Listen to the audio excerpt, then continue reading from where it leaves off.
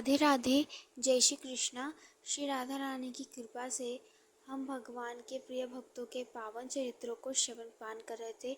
उसमें हम श्री गोविंद दास जी महाराज के पावन चरित्रों को श्रवण पान कर रहे थे। आज उनके चरित्र का भाग 5 है। पिछले चरित्र में हमने सुंदर सुंदर प्रसंगों को श्रवण किया, जिसमें श्री ठाकुर जी और श्री गोविंद दास जी का सखा भाव था। आज उसी प्रकार एक सुंदर सा प्रसंग श्रवण करेंगे। तो मंदिर में ही एक भंगी का बालक था जो काम करता था। वहाँ पर साफ सफाई आदि आदि कार्य करता था, साफ सफाई का। तो जब वो गोविंद दास जी को देखता, गोविंद स्वामी जी को देखता, तो उनके रूप को देख के, उनकी भजन को सुन के, उनके पदों का गायन सुन के वो बहुत मोहित हो जाता था। उन्हें लगता था कि गोविंद दास जी कितना सुंदर गाते हैं, कितना सुंदर इनकी लीलाएं होती हैं। तो अब वो जो बालक था वो गोविंद दास जी से धीरे धीरे बात करने लग गया। अब जो बात किया तो गोविंद दास जी ने उन पर कृपा कर दी, स्वामी जी ने कृपा करी और वो भी अब ठाकुर जी की लीलाओं में प्रविष्ट हो गया, वो भी लीला में चला गया। तो ऐसे गोविंद दास जी के साथ जैसे ठाकुर जी लीला करते थे, घोड़ा बनाते थे, उसी प्रकार उस बालक को भी घोड़ा बनाते थे ठाकुर जी, उसके साथ भी खेलते थे। अब ठाकुर जी तो रीझ जाए, बड़ी बात है, वैसे भी रीझ गए, उस छोटे से बालक पर रीझ गए। एक बार की बात है, दोपहर का समय था, उत्थापन होने ही वाला था। तो इस बार क्या हुआ था, उस बालक को ठाकुर जी ने घोड़ा बनाया था और उसी को घोड़ा बनाकर उस पे बैठकर ठाकुर जी खेल रहे थे। फिर जैसे ही उत्थापन की घंटी सुनी तो घंटी सुनते ठाकुर जी वही दौड़े। गोविंद दास जी सब ये सब देख रहे थे। तब गोविंद दास जी को लगा कि हम लोग जब जाते हैं, किसी को भी अपराध अवस्था में रहते हैं, तो हमें तो स्नान आदि करना पड़ता है, परंतु ठाकुर जी स्नान नहीं करेंगे। ये तो बड़ी अजीब बात है, क्योंकि गोसाई जी चाहते हैं कि सभी व्यक्ति जो आए वो साफ सुथरे आए ठाकुर जी के पास। तो अगर ठाकुर जी ही स्वयं स्वच्छ नहीं रहेंगे, साफ नहीं रहेंगे, तो कैसे होगा। तो गोविंद दास जी ने क्या किया, वे गए ठाकुर जी के पास, श्रीनाथ जी के पास, और कहे, देखो लाला, तुम ऐसे मंदिर पर चढ़ने जा रहे हो, तुम जानते नहीं गोसाई जी कितना गुस्सा करते हैं कि स्नान करके जाना चाहिए, सब तुम्हारे पास स्नान करके आते हैं, स्वच्छता से आते हैं, तुम भी जाओ स्नान करो। तब ठाकुर जी कहे, देखो मैं स्नान तो नहीं कर पाऊँगा।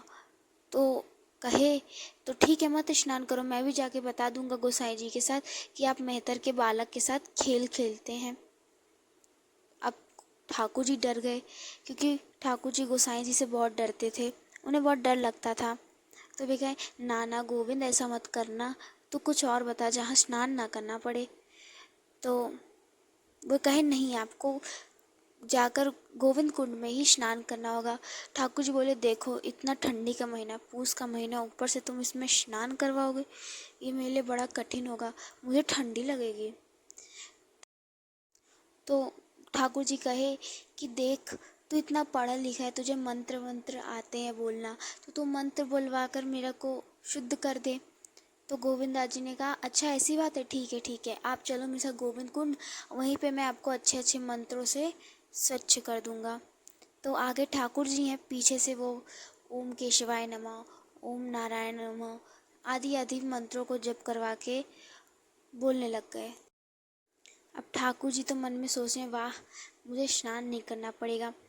तो वहाँ पर गोविंद दास जी मंत्रों का जाप कर ही रहे थे, बोल ही रहे थे। तो उतने में क्या किया, उन्होंने कहा, ये स्नान नहीं करेंगे, कैसे स्नान नहीं करेंगे। तो था पूस का महीना, ठंडी का समय, धूप भी नहीं निकलती थी। तो क्या किया, गोविंद दास जी ने ठाकुर जी को पीछे धक्का मारा और ठाकुर जी ले पानी में गिर गए। और जो पानी में गिरे और तैर ही नहीं पाए, वो कहे, अरे गोविंदा मुझे बचा, मुझे तैरना नहीं आता, मुझे तैरना नहीं आता। तब गोविंद दास जी को लगा, अरे इन्हें तो तैरना नहीं आता, मैं तो सोचा इनको तैरना आता है। फिर गए, निकाला ठाकुर जी को। ठाकुर जी उस वक्त पूस की ठंडी में बहुत काँप रहे। अब वे भी सोचे कि उत्थापन का समय, पूरा कपड़ा जो था वो भीजा हुआ था।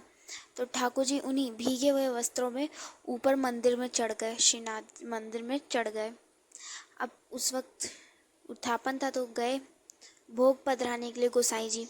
क्या पाया कि ठाकुर जी तो ऊपर से नीचे पानी से भीजे हुए हैं। तब उन्हें लगा, आए राम, पूस का महीना, ऊपर से ये पानी में भीजे हुए हैं। इतनी सुंदर इनको मैंने पोशाक धराई थी और ऐसे ये पानी में भीजे हुए हैं। तब उन्होंने पूछा, अरे लाला, तू पानी में भीजा हुआ है, कैसे भीजा? अब लो ठाकुर जी अपनी पूरी रोनी सुनाने लग गए। क्या सुनाए? क्या बताऊं गोसाई जी, वो जो तेरा गोविंद दास है ना, गोविंद स्वामी, तूने उसको अपने सर पे चढ़ा रखा है। तो गोसाई जी कहे, क्या हुआ, तू गोविंद दास जी को ऐसा क्यों कह रहा है? तब ठाकुर जी कहे, क्या बताऊं, वो इतना खेल खेलने लग गया है, वो इतना मेरे साथ खेलता है कि वो मुझे गोविंद कुंड में ऐसे ही ढकेल दिया, मैं पूरा भीग गया। उत्थापन का समय था तो मैं भागता भागता मंदिर में आ गया। तब गोसाई जी को लगा कि कुछ ज़्यादा ही नहीं गोविंद स्वामी अब ठाकुर जी के साथ खेल रहे हैं। उन्हें बड़ा गुस्सा आया कि बताओ, नेक सो लाला, ठंडी का समय, सर्दी लग जाएगी। तो उन्हीं के पीछे पीछे गोविंद दास जी भी आ रहे थे। जो देखा गोसाई जी ने गोविंद दास जी को बुलाए अपने पास, और जो जो बोला कि तुम ऐसा क्यों करते हो, ठाकुर जी के साथ ऐसा क्यों करते हो, बेचारा नेक से लाला, तुम उसके साथ ऐसे करते हो। अब गोविंद दास जी भी अंदर अंदर खूब क्रोधित हो रहे हैं कि बताओ, ये अपनी मर्जी का करते हैं, ये ऐसा करते हैं, हम वैष्णव जन ऐसा करें तो हमें कई बार स्नान करना पड़े, खुद ऐसा करें तो इन्हें स्नान ही ना करना हो। ऐसे खूब अंदर ही अंदर कह रहे थे और सामने गोसाई जी डांट भी रहे हैं। पीछे से क्या कर रहे हैं ठाकुर जी? ठाकुर जी कह रहे हैं, हो अधरों पर अपने उंगली रख के, बतानो मत गोविंदा, बतानो मत, मैंने क्या किया, बतानो मत। ऐसे बाबा उंगली दिखा के, हाथ हिला के कि नहीं करना, मत बोलना, मत बोलना। अब गोविंद दास जी कहे, हाँ रोक लो, जितना रोकना है रोक लो, मैं तो बता के रहूँगा। तो गोसाई जी जब पूरा डांट वाट लिए, तब गोविंद स्वामी जी ने बोलना शुरू किया। कहे, आप तो हमें डांट रहे हो, आप तो हम पे बड़ा गुस्सा कर रहे हो, परंतु अपने लाला की देखी लीला, वो क्या करते हैं। तब गोसाई जी, क्या किया लाला ने? तब गोविंद दास जी कहे कि तुम्हारा जो लाला है ना, वो लाला मेहतर के बालक के साथ खेलता है, भंगी के बालक के साथ खेलता है, उसका जूठन खाता है, उसके कंधे पे चढ़ के घोड़ा घोड़ा खेलता है। और जब कहा जाए कि स्नान कर लो तो स्नान नहीं किया जाता। मैंने बस कहा था कि जाओ ठाकुर जी, एक डुबकी गोविंद कुंड में लगाओ, लेकिन ठाकुर जी ने गोविंद कुंड में एक डुबकी नहीं लगाई, तो मैंने ढकेल दिया जिससे ये पवित्र होकर मंदिर जाए।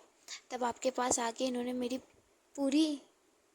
सारी बातें बता दी, अपनी कोई बातें नहीं बताई। तब गोसाई जी देखे तिरछी नज़रों से ठाकुर जी की ओर, कह रहे हैं, अपनी करतूतें नहीं बताते, बाकी सबकी बताते हो। उस वक्त ठाकुर जी अपने मुखड़ा को नीचे करके मंद मंद मुस्कान पे हंसने लग गए। ऐसे तो ठाकुर जी और सखाओं के बीच में लीलाएं होती, और ऐसी कई कई लीलाएं हैं जो बोली नहीं जा सकती हैं। तो ऐसे ही एक बड़ी सुंदर लीला आती है, एक सुंदर प्रसंग आता है, जिसमें क्या होता है, श्री ठाकुर जी और श्री गोविंद दास जी, दोपहर का समय था, वे सब खेल रहे थे, सखान सखान खेलते हैं। तो उसी में श्री गोविंद दास जी हार गए थे, तो उन्हें घोड़ा बनना पड़ा था, और ठाकुर जी उनकी सवारी कर रहे थे, खड़े घोड़ा बने थे गोविंद दास जी, उनके ऊपर ठाकुर जी बैठे थे। अब वहीं से एक वैष्णव जा रहा था। यहाँ पर ठाकुर जी और गोविंद दास जी खेल रहे थे, घोड़ा बने हुए थे। अब उस वैष्णव को तो दिखाई नहीं दे रहा था कि गोविंद दास जी किस भाव में हैं। तो उस वक्त उन्होंने कहा, गोविंद दास जी ने ठाकुर जी से, कि देखो, अब मुझे लघु शंका जानी है, इसलिए मुझे लघु शंका जाने दो, आप उतर जाइए। तब ठाकुर जी जिद किए और कहे, ना ना, मैं तो नहीं उतरूँगा। तब वे कहे कि तो मैं क्या करूँ? तो ठाकुर जी कहे, आप ऐसे ही कर लो, ऐसे ही कह दिया। तो अब गोविंद दास जी कहे, जो तुम्हारी इच्छा, अगर तुम ऐसा ही चाहते हो चलो। और वहीं पे खड़े खड़े उन्होंने अपना कार्य कर लिया। अब ये एक वैष्णव देख रहा है। सभी वैष्णव जन गोविंद दास जी को जानते थे। उन्हें लगा कि बताओ, गोसाई जी ने बड़ा कहते हैं बड़े सुंदर सेवक हैं ठाकुर जी के, और यहाँ पे ये ऐसा कार्य कर रहे हैं। वैष्णव जन कैसे पद्धति होती है उनके आदि आदि कार्यों की, ये ऐसे कार्य कर रहे हैं। अब उस वैष्णव ने देखा, वो गया गोसाई जी के पास और सब बता दिया गोसाई जी से कि देखो, जो आप गोविंद दास जी की इतनी बड़ाई करते हैं ना, आज मैंने उस गोविंद दास जी को ऐसे करते हुए देखा। अब सारा बता दिया।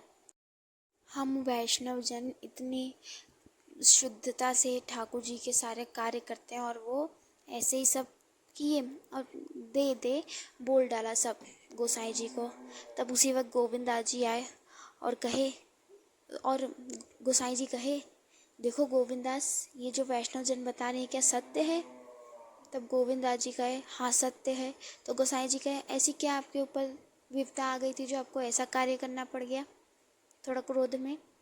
तो गोविंद दास जी कहे कि इन वैष्णव जन ने ये तो देख लिया कि मैंने ऐसा कार्य किया, परंतु आपको नहीं पता कि आपका पूत कैसा है, आपका पुत्र कैसा है, वो कैसी लीलाएं करता है। तो गोसाई जी कहे, क्या हुआ? तब गोविंद दास जी बता दिए कि मैं ठाकुर जी के साथ उस वक्त खेला था, और ठाकुर जी ने मुझसे कहा कि तुम घोड़ा बनो, तो मुझे घोड़ा बनना पड़ा। और उसी वक्त मुझे लघु शंका आई, परंतु मैं क्या करता, ठाकुर जी मेरे ऊपर थे और ठाकुर जी ने मुझे आज्ञा भी दे दी, तो मैंने कर दिया। तो गोसाई जी कहे, हाय राम हे राधे, और कहे कि आज के बाद मेरे पास कोई भी गोविंद दास जी की कोई भी शिकायत मेरे पास नहीं लेके आएगा, क्योंकि अब उनके साथ ठाकुर जी खेलते हैं, हम नहीं जानते, वो जो भी करेंगे सब ठीक है। अब कोई भी उनकी शिकायत मेरे पास नहीं लेके आएगा। और उसी वक्त उन्होंने अपने कानों पर उंगली रख ली।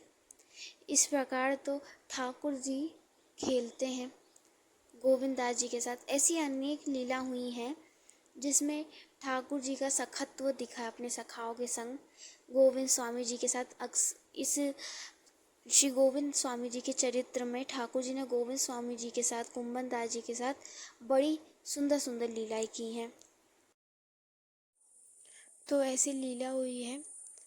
श्री गोविंद स्वामी 80 वर्ष तक जिए हैं, जीवित रहे हैं। तो जब गोवर्धन पर्वत पर गए थे श्री गोसाई जी, वहाँ पर वे प्रणाम करने जाते हैं और ठाकुर जी से आग्रह करते हैं कि अब मैं नाथ आपके पास आना चाहता हूँ। तो आग्रह किया, वहीं पर श्री गोविंद स्वामी जी भी थे, वो भी देख रहे थे। तो वहाँ पर क्या हुआ, श्री विठल गोसाई जी वो गोवर्धन की शिला में जाकर समा गए। श्री गोविंद स्वामी जी को लगा कि ये बस लीला है, अभी फिर से गोसाई जी आ जाएंगे, लेकिन कुछ देर रुके, परंतु अब गोसाई जी आए नहीं। तो उन्हें लग गया कि अब गोसाई जी गए, अपनी नित्य लीला में गए। तो अब उनसे विरह रहा नहीं गया, वो भी आग्रह करने लग गए कि मुझे भी लेते जाइए, हे वल्लभाचार्य, मुझे भी लेते जाइए। अपने गुरुदेव को याद करने लग गए और कुछ ही देर में वे भी गोवर्धन की शिला में समा गए, और इस प्रकार वो भी नित्य लीला में चले गए। तो इस प्रकार हमने गोविंद स्वामी जी के चरित्र को श्रवण पान किया। वैसे तो बहुत सारी लीलाएं हैं, कुछ ही लीलाएं हम सब लोगों के समक्ष हैं, उसे हम श्रवण कर पाएँ, और केवल श्री जी की कृपा से हम भक्तों के पवित्र चरित्र को श्रवण पान कर रहे हैं। और इसी प्रकार हम ऐसे ही अष्ट सखाओं के चरित्र को श्रवण करें। तो अभी के लिए हम यहीं पे वाणी को विराम देते हैं।